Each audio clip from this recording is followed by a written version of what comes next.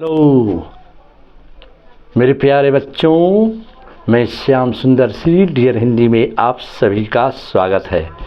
चलिए बच्चे, आज मैं हिंदी व्याकरण के अंतर्गत वैसे चीज़ को लेकर आया हूँ कि हमारे बच्चे परीक्षा में बार बार असफल हो जाते हैं, नहीं पकड़ पाते हैं कि शब्द क्या है, शब्द के कितने भेद हैं।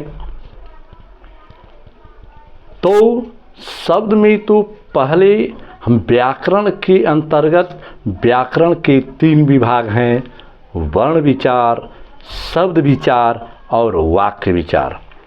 तो वर्ण विचार के बारे में तो मैंने बता दिया है बच्चे। आज शब्द के विचार में हम चलते हैं। तो शब्द क्या है? शब्द में भी 2 चीज़ है। शब्द में एक है कि अर्थ की दृष्टि से शब्द के कितने भेद होते हैं। तो हमारे बच्चे जानते हैं साधारण शब्द कि अर्थ की दृष्टि से शब्द के 2 भेद होते हैं। एक सार्थक शब्द होता है और एक निरर्थक शब्द होता है। और पहले जरूर जानेंगे कि शब्द क्या है।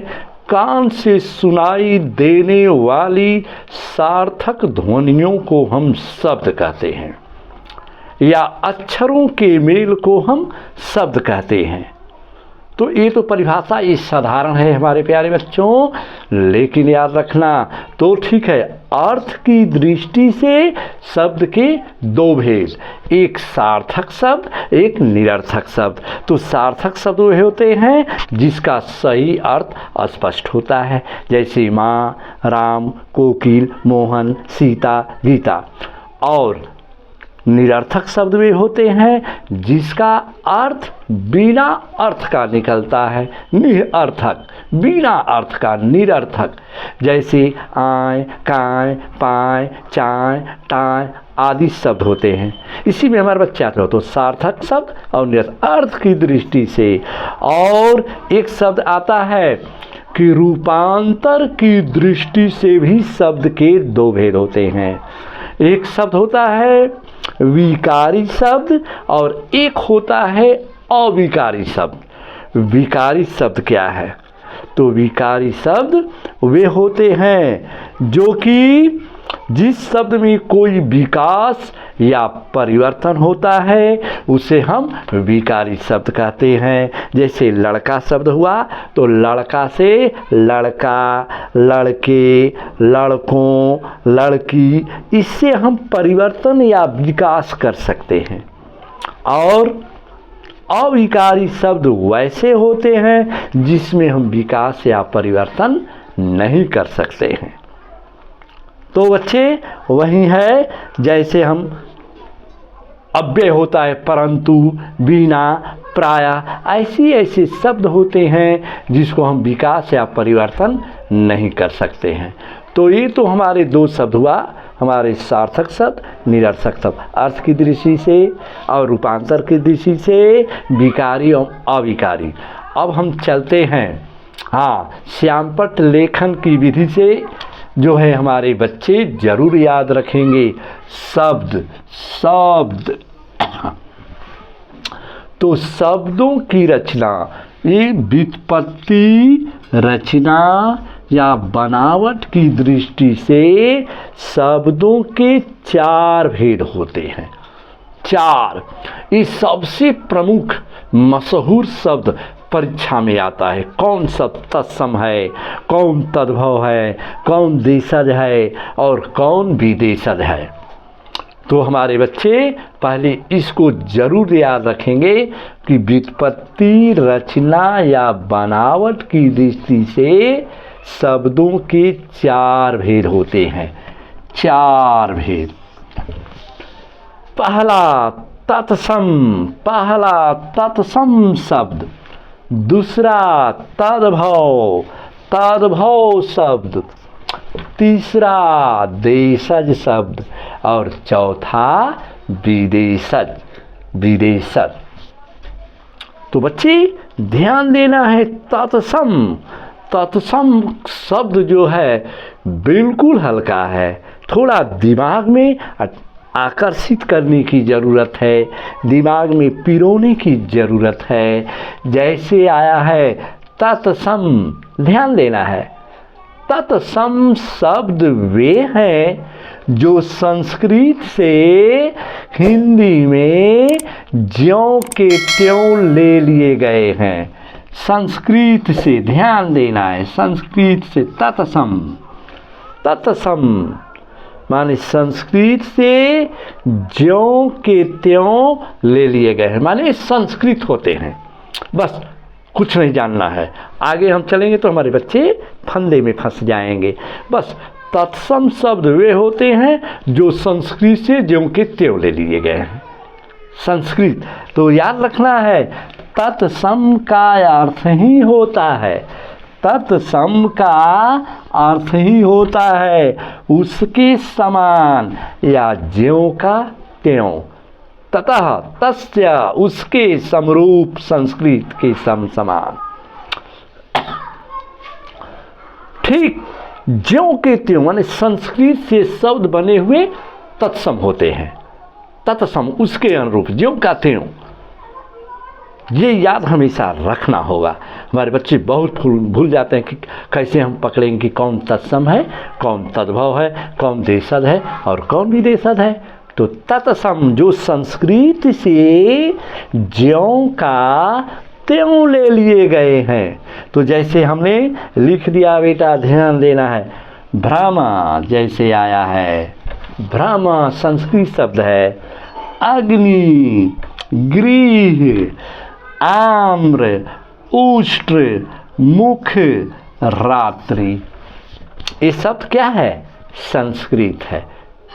इसी का नाम है तत्सम, उसके अनुरूप, संस्कृत से ज्यों के त्यों। देखना है, एक भी हिंदी नहीं है खड़ी हिंदी में, अब इसी का रूप बदल जाता है तद्भव में। तो संस्कृत याद हो गया बेटा, याद रखना, मैंने संस्कृत से ज्यों के त्यों ले लिए गए हों। जैसे आम्र, आम्र शब्द संस्कृत है।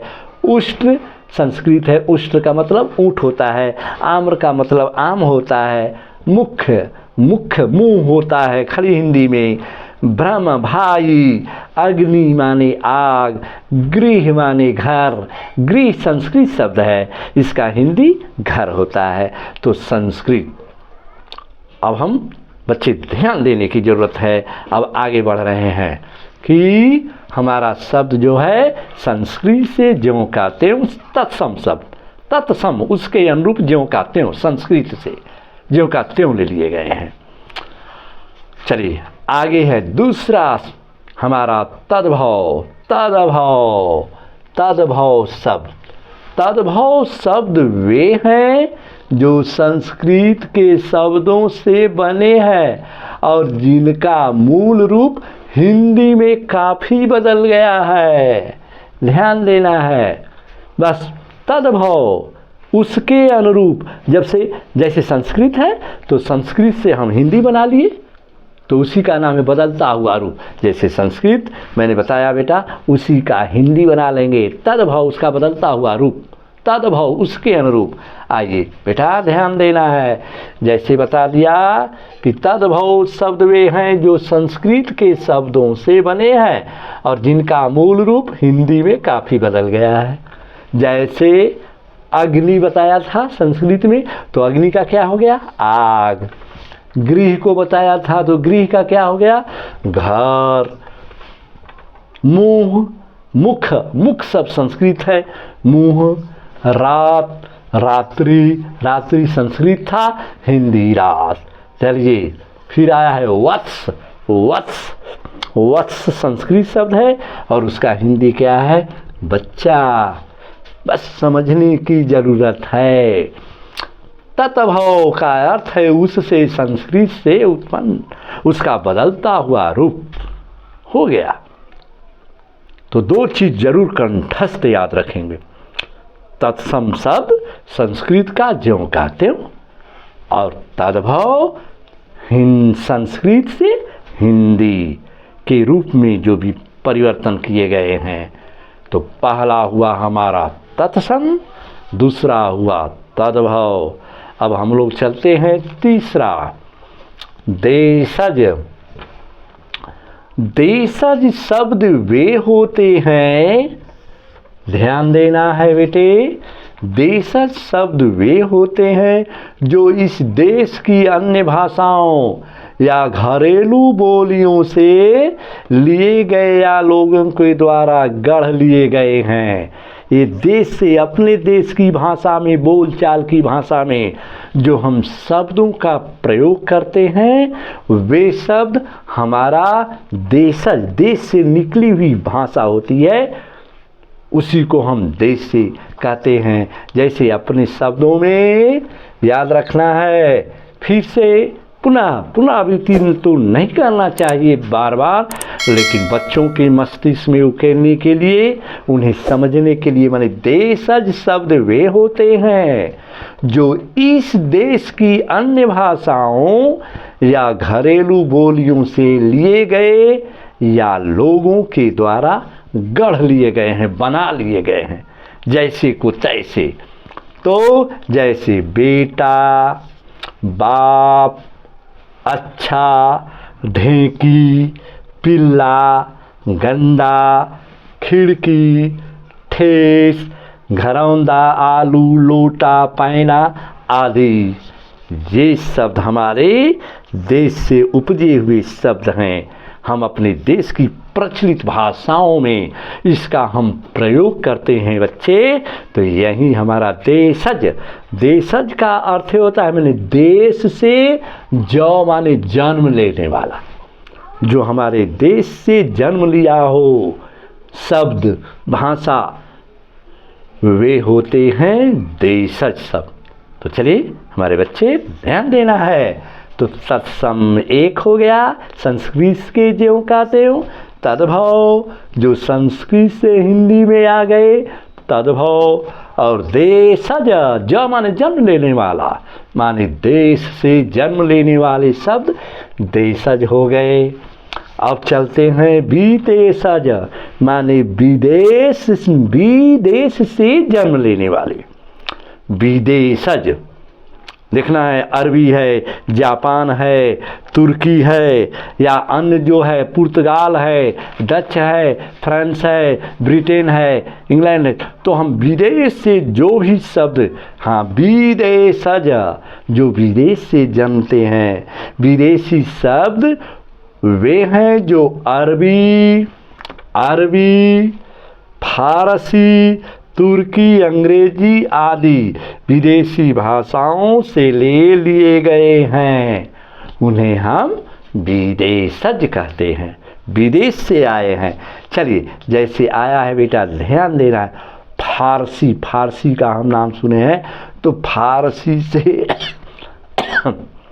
आदमी और आदमी, गुलाब, कमर, बाग आदि, ये फारसी शब्द से आया। गुलाब फारसी है, विदेश में है।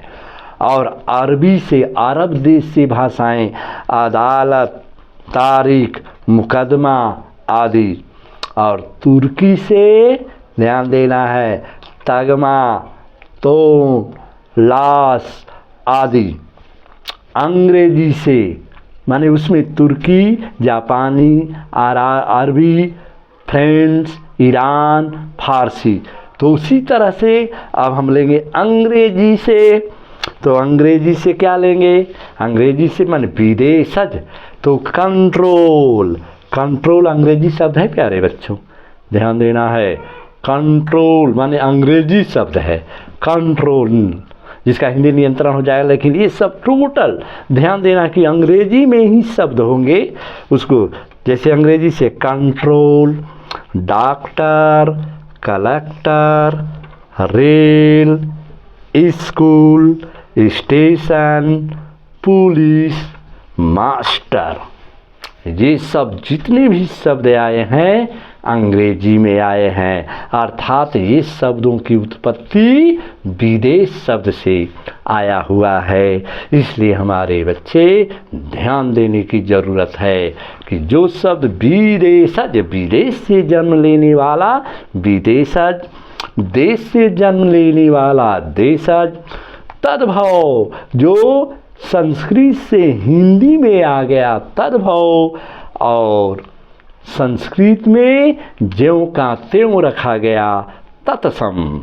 वो संस्कृत में यही हमारे व्युत्पत्ति, रचना एवं बनावट की दृष्टि से शब्द के 4 भेद होते हैं। मेरे प्यारे बच्चों, हाँ, ये ज़रूर मेरे व्याकरण में पढ़ाए गए शब्दों पर ध्यान रखिएगा। आज के लिए बस इतना ही। अच्छा लगे तो सब्सक्राइब ज़रूर करना।